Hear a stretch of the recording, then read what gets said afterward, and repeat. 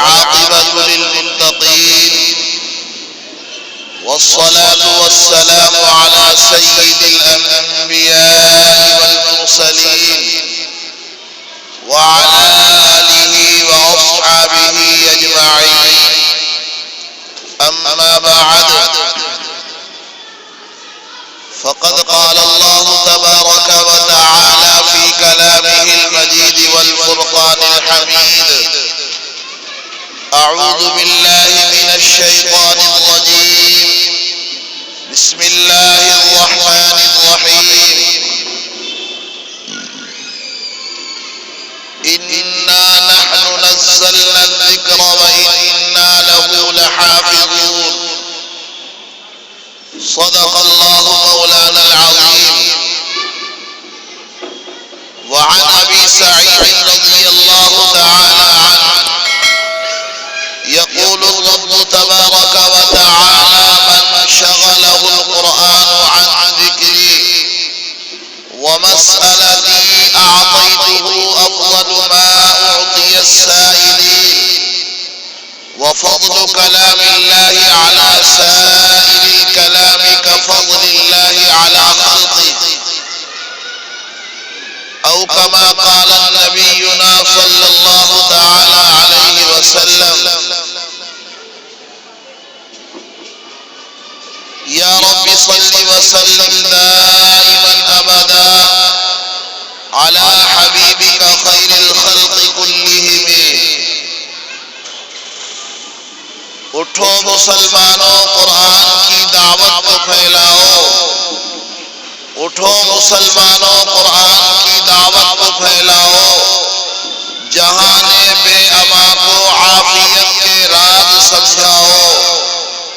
زمانہ آج بھی قرآن ہی سے فیض پائے گا. زمانہ آج بھی قرآن ہی سے فیض پائے گا.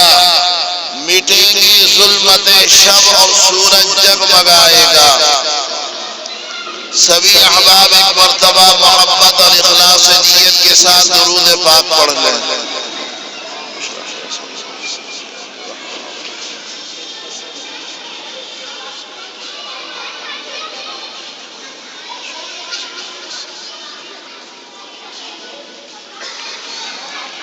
بزرگان محترم، عزیزان گرامی، بڑوں اور بزرگوں، پیارے نوجوان ساتھیوں، عزیز بچوں، آج ان 3 بچوں کے قرآن کریم کی تقریب کا پروگرام ہے. 4 بچے، 3 بیٹے ہیں، 1 بیٹی ہے.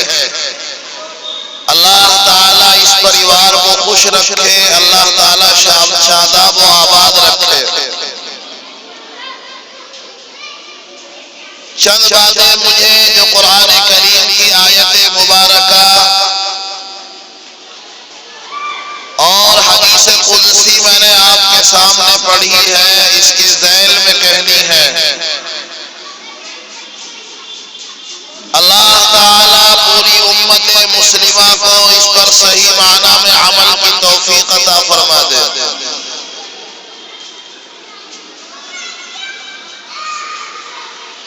بڑی خوشی کی بات ہے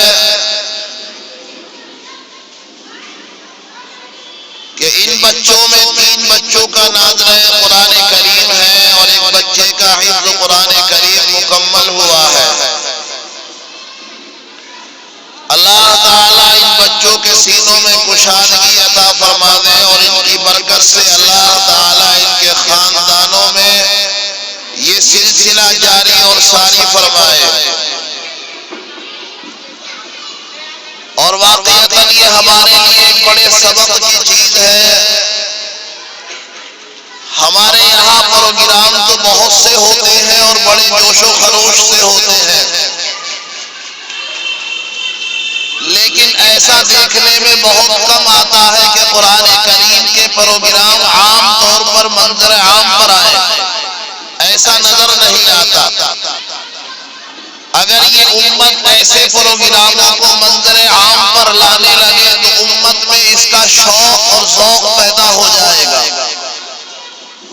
جہاں ہمارے کرام بڑے جوش و خروش سے ہوتے ہیں۔ اگر ہمارا بچہ حافظ قرآن بنے اور ہم اس کی خوشی منائیں تو یقیناً یہ ہمارے لیے ایک بڑی سعادت مندی کی بات ہے۔ جہاں ہم بہت سی گاڑی دولت اپنے اور کاموں پر تقاضوں پر خرچ کرتے ہیں، اگر اس موقع پر ہماری گاڑی کمائی خرچ ہو جائے تو اللہ تعالیٰ اس کی برکت سے بہت نوازے گا، اور اللہ تعالیٰ سخی کے مال میں برکت عطا فرما دیتا ہے، اللہ تعالیٰ کنجوس کا مال تباہ و برباد فرما دیتا ہے۔ یقیناً بڑی خوشی کی بات ہے اور اس کے والدین کے لیے بہت خوشی کی بات ہے۔ قرآن کریم میں اللہ تبارک و تعالی ارشاد فرما رہا ہے اِنَّا نَحْنُ نَزَّلْنَا الذِّكْرَ وَإِنَّا لَهُ لَحَافِظُونَ، کہ اس قرآن کے نازل کرنے والے بھی ہم ہیں اور اس کی حفاظت کرنے والے بھی ہم ہیں۔ علامہ محمود آلوسی بغدادی رحمت اللہ علیہ نے روح المعانی میں اس آیت کریمہ کی تفسیر میں بیان فرمایا ہے کہ اللہ تبارک و تعالی قرآن کریم کی حفاظت کیسے فرماتا ہے، حالانکہ قرآن کریم ہمارے گھر کی الماری میں شوکیس میں رکھا ہوا ہے، قرآن کریم مسجد کی الماری میں رکھا ہوا ہے، قرآن کریم ہمارے گھر کے اونچے خانے پر رکھا ہوا ہے۔ اگر دیکھا جائے تو طاقوں سے، الماریوں سے، شوکیسوں سے اس کی حفاظت نہیں ہوا کرتی ہے، بلکہ اللہ تبارک و تعالی اس کی حفاظت حافظ قرآن کے سینے سے کراتا ہے۔ ذرا سا بچہ ہے، قرآن کریم کے حروف رٹتا ہے، ایک دن اس کی زندگی میں آتا ہے، الف با تا سے بسم اللہ کرتا ہے، بڑھتا چلا جاتا ہے، بڑھتا چلا جاتا ہے، حروف مفردات سے حروف مرکبات میں چلا جاتا ہے، اور حروف مرکبات میں جانے کے بعد رواں سے ہجا کرنے لگتا ہے، حروف کا ملانا سیکھ جاتا ہے، حروف کا ترتیب دینا سیکھ جاتا ہے، پھر حروف کے قواعد کو سیکھ جاتا ہے، کہاں کیسے کھینچنا ہے، کیسے کم کرنا ہے، کیسے پڑھنا ہے، یہ ساری ترتیبات اس کو آتی چلی جاتی ہیں۔ ایک دن وہ آتا ہے کہ ایک آیت مبارکہ کو حفظ کرتا ہے، ایک دن وہ آتا ہے کہ ایک سورت کو حفظ کرتا ہے، ایک دن وہ آتا ہے کہ ایک پارے کو حفظ کرتا ہے، ایک دن وہ آتا ہے کہ 2 پاروں کو حفظ کرتا ہے، اور ایک دن اللہ اس کی زندگی میں وہ لے آتا ہے کہ 30 کے 30 پاروں کو اپنے سینوں میں پیوست کر لیتا ہے۔ ابھی ذرا سا بچہ ہے، ابھی اس کو اپنا ہوش نہیں ہے، ابھی صحیح معنی میں اپنی وضاقتہ کو پہچاننے کا تمیز اس کو نہیں آتا ہے، مگر اسی بچے سے اگر کہا جائے پہلا پارہ سناؤ، پڑھتا چلا جائے گا، دوسرا بھی پڑھتا چلا جائے گا، تیسرا بھی پڑھتا چلا جائے گا۔ اللہ تعالیٰ اس کے سینے میں ایسی طاقت و قوت عطا کر دیتا ہے کہ جو طاقت پہاڑوں میں نہیں آ سکی، جو طاقت آسمانوں میں نہیں آ سکی، جو طاقت زمین میں نہیں آ سکی، جو طاقت سورج میں نہیں آ سکی، جو طاقت ستاروں میں نہیں آ سکی، جو طاقت چاند میں نہیں آ سکی، اللہ تبارک و تعالیٰ نے اس بچے کے دل میں وہ مضبوط، وہ طاقت اور وہ چیز ودیعت رکھ دی کہ پوری کی پوری کتاب کو حفظ کر لیتا ہے، اور الف لام میم سے جو پڑھنا شروع کرتا ہے، سورہ فاتحہ سے جو پڑھنا شروع کرتا ہے، من الجنۃ والناس تک پڑھتا چلا جاتا ہے۔ یہ یقیناً اللہ کا کمال ہے، اور اللہ تبارک و تعالیٰ نے اس چیز سے یہ ثابت کر دیا کہ یقیناً قرآن کریم کی حفاظت کرنے والے ہم ہیں۔ اگر ہماری طاقتوں سے حفاظت ہوتی تو قرآن محفوظ نہ رہتا، اگر مسجدوں کی الماریوں سے حفاظت ہوتی تو قرآن محفوظ نہ رہتا، اگر ہماری الماریوں سے حفاظت ہوتی تو قرآن محفوظ نہ ہوتا۔ برا ماننے کی بات نہیں، آج امت مسلمہ کا جو حال ہے وہ ہماری اور آپ کی آنکھوں سے ڈھکا چھپا نہیں ہے۔ سارے کام لڑکے کو بھی آتے ہیں، سارے کام لڑکی کو بھی آتے ہیں، اگر کام نہیں آتا تو کون سا نہیں آتا؟ قرآن کریم کا پڑھنا نہیں آتا ہے۔ آج ایک بڑا خسارہ ہوتا وہ کیا ہے؟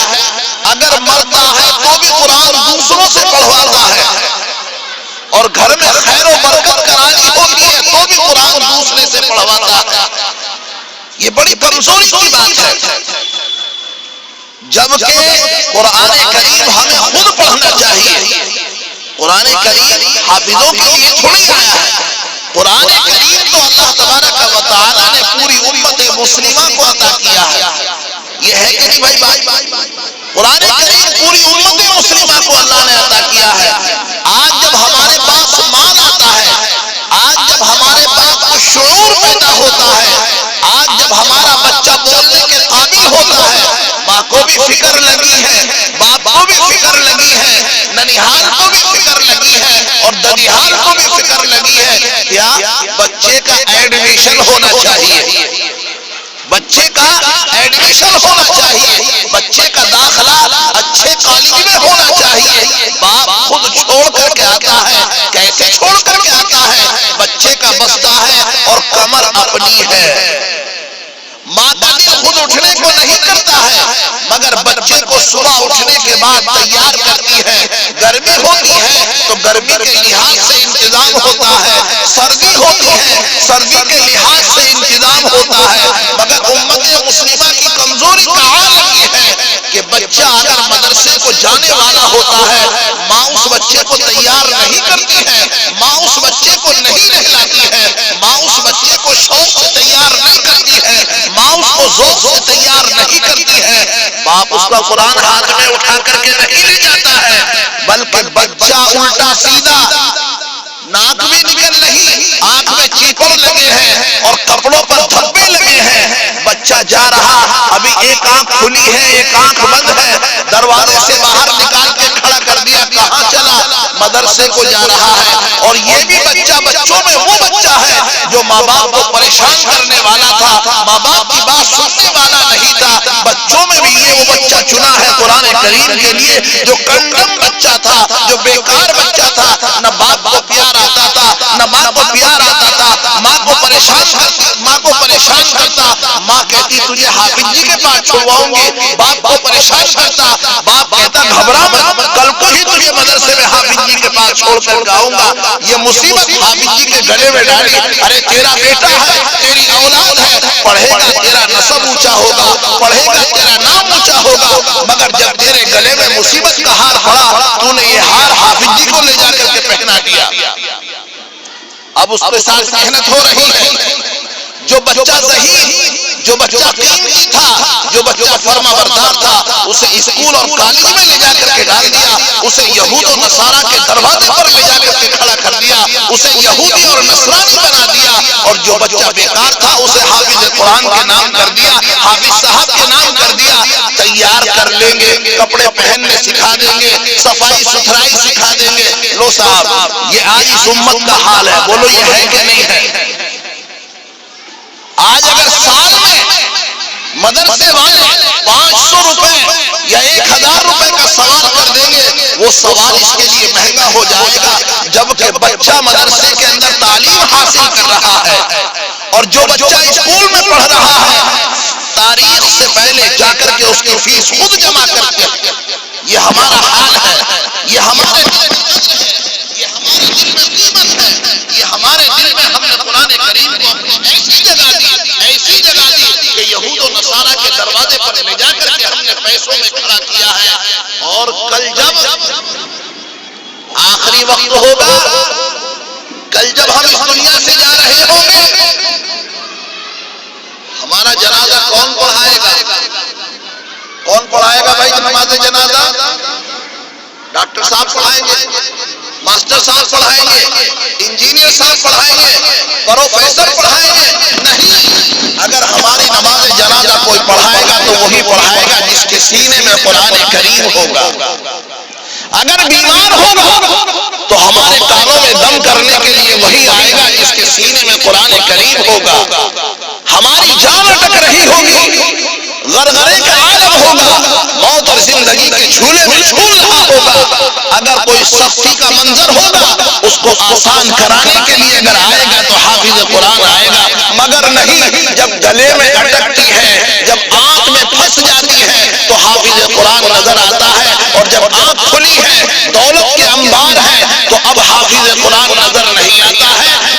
کالج کا دروازہ نظر آتا ہے، اب تو ٹائی سوٹ بوٹ نظر آتا ہے، اب تو بچہ وہ اچھا نظر آتا ہے جو اسکول میں جا رہا ہے، اب تو بچہ وہ نظر آتا ہے جو کالج سے پڑھ کر کے آ رہا۔ ماں اس کو ٹائم سے کھانا بھی دے گی، ماں اس کو ٹائم سے سوارے گی بھی، اور اس کے اتوار کا بھی بڑا اہتمام ہوتا ہے۔ آج میرے بچے کی چھٹی ہے، کوئی اچھی چیز بنا کر کے دے دو۔ ارے وہ بچہ جو تیرا مدرسے میں جا رہا وہ قیمتی بچہ نہیں ہے، یہ تو ایسا قیمتی بچہ ہے کہ تجھے بھی قیمتی بنا دے گا۔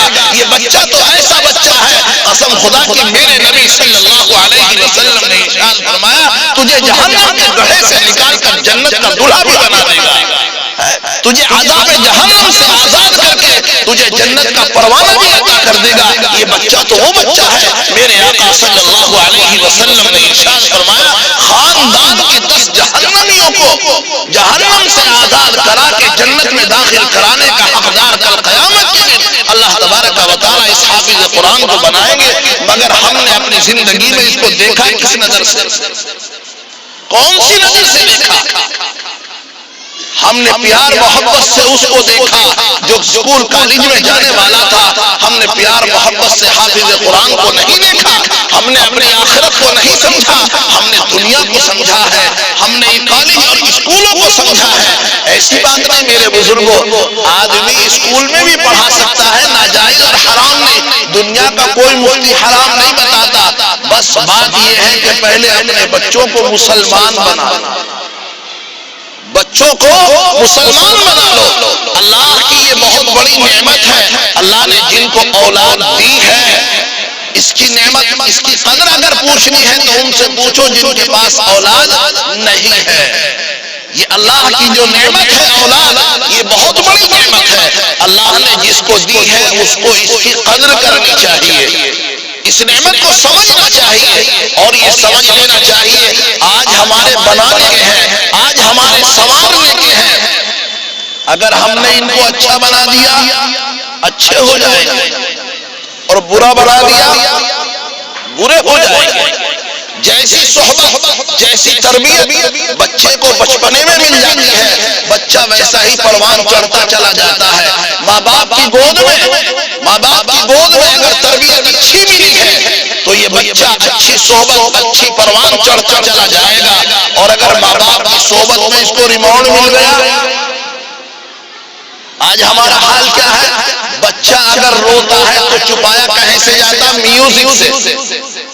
یہ امت مسلمہ کا حال ہے، بولو ہے کہ نہیں ہے بھائی؟ میں برا نہیں کہہ رہا، بچہ اگر روئے تو کہیں سے چھپایا گیا؟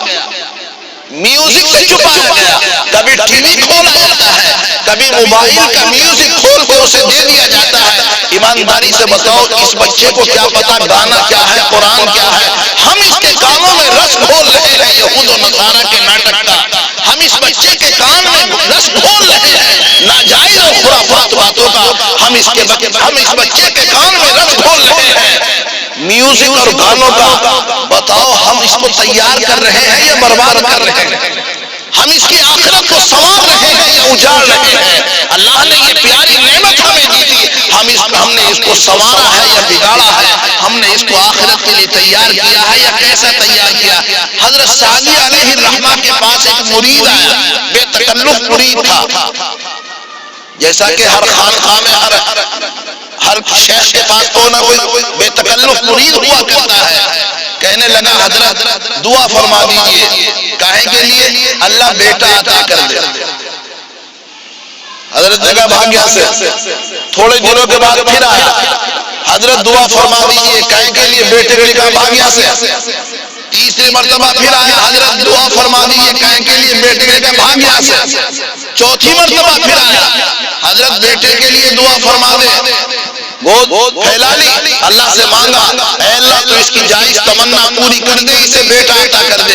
اللہ کی طرف سے قبولیت کی گھڑی آ گئی، وقت بڑھتا چلا گیا، اللہ نے اس کو بیٹا عطا کر دیا۔ تھوڑے دن گزرے تھے، کچھ وقت گزرنے کے بعد آیا، بڑا افسردہ، بڑا رنجیدہ ہے، بڑا افسردہ ہو کر کہنے لگا حضرت دعا فرما دیجئے۔ حضرت نے فرمایا کہے کے لیے کہ جو اللہ نے بیٹا دیا تھا اللہ تعالیٰ اسے اٹھا لے، جو اللہ نے بیٹا دیا تھا اللہ اسے اٹھا لے۔ تو حضرت نے فرمایا بے وقوف، ایک زمانے تک تیری بھاگ دوڑ اور کوشش رہی کہ اللہ بیٹا دے دے، اللہ نے تجھے بیٹا دے دیا، اب تو دعا کرتا ہے کہ اللہ اسے اٹھا لے، یہ ماجرا کیا ہے؟ یہ فرمایا حضرت نافرمان ہے۔ کیسا ہے؟ نافرمان ہے۔ ایمانداری سے بتاؤ نافرمان بنایا کس نے اولاد؟ اگر ہم صحیح ہوتے، ہماری نیت صحیح ہوتی، ہماری آغوش صحیح ہوتی، ہمارا بول صحیح ہوتا، ہماری نظر صحیح ہوتی، ہمارا گھر کا ماحول صحیح ہوتا، بچے کے بگڑنے کا کیا مطلب ہوتا ہے؟ کوئی مطلب ہی نہیں ہوتا۔ اگر ڈائی اچھی ہے تو نمونہ خراب ہونے کا کوئی مطلب ہی نہیں ہوتا، اور اگر ڈائی خراب ہے تو نمونہ تو خراب ہونا ہی ہونا ہے۔ اگر گلاس کی ڈائی ہو اور سوچنے لگو لوٹا بن کے آ جائے، ٹب کی ڈائی ہو اور سوچنے لگو پلیٹ بن کے آ جائے، بولو ممکن ہے ناممکن ہے؟ ڈائی جیسی ہوگی تو نمونہ ویسے ہی بن کر کے آئے گا۔ ہماری نیت، ہماری آغوش اور ہمارے جذبات اگر جائز اور حلال ہوں گے تو انشاءاللہ اولاد کی زندگی میں انقلاب اور سنوار آئے گا۔ اور اگر ہماری گفتگو، ہماری نظر، ہمارا بول، ہمارا گھر کا ماحول غلط ہوگا تو اولاد کبھی صحیح نہیں ہو سکتی ہے۔ تو عزیزان گرامی، یقیناً اس بچے کے والدین کے لیے بہت بڑی خوشی کی بات ہے، اور اس بچے کے اساتذہ جو ہے یقیناً ان کی تربیتوں کا اثر ہے کہ اس چھوٹی سی عمر میں حافظ قرآن ہو گئے۔ دنیا میں 3 باپ ہوا کرتے ہیں۔ ایک باپ تو وہ ہوتا ہے کہ جس کی پشت سے بچہ پیدا ہوتا ہے، اور ایک باپ وہ ہوتا ہے کہ جو اس کے نکاح میں اپنی بیٹی لے لیا کرتا ہے، اور ایک باپ وہ ہوتا ہے جو بچے کو اللہ اس کے رسول کا سبق پڑھا دیا کرتا ہے، قال اللہ قال الرسول کا سبق پڑھا دیا کرتا ہے۔ تو یوں فرمایا کہ سب سے بہترین اور کامیاب باپ کون سا ہے؟ جو بچے کا استاد ہے۔ تو یقیناً اس بچے کی کامیابی میں بلا شک اور دو رائے کی یہ بات کہنی پڑے گی کہ یقیناً اس بچے کے استاد کی محنتوں کا نتیجہ ہے کہ یہ بچہ پڑھ لیا، اور اس بچے نے آج اس خوشی کا دن دیکھ لیا۔ اللہ آئندہ بھی اس کی زندگی میں خوشی دکھائے، اللہ کرے یہ بچے عالم باعمل بن جائے۔ تو میرے بزرگوں، میرے نوجوان ساتھیوں، اتنی باتیں کہنے کا مقصد میرا یہ ہے، اگر اللہ نے ہمیں بیٹا دیا ہے، اگر اللہ نے ہمیں بیٹی دی، ہم تب بھی نیت کر سکتے ہیں۔ بہت سے لوگ اپنی بیٹیوں کو بھی حافظ بنا لیتے ہیں، بولو نہیں بناتے۔ تو اگر اللہ نے ہمیں اولاد دی ہے تو یہاں سے یہ نیت لے کر کے اٹھنا کہ انشاءاللہ ہمیں اپنی اولاد کو حافظ قرآن بنانا ہے۔ اگر اولاد حافظ قرآن ہوگی تو انشاءاللہ اس کی گود میں آنے والی اولاد کامیاب اور بامراد ہو جائے گی۔ اور اگر ہمارے بچے ان پڑھ ہوں گے، ہمارے بچے اوٹ پٹانگ ہوں گے، تو لازمی بات ہے ہماری نسلیں بھی ایسے ہی ہوں گی۔ بس یہ مجھے چند باتیں آپ لوگوں سے عرض کرنی تھی۔ اللہ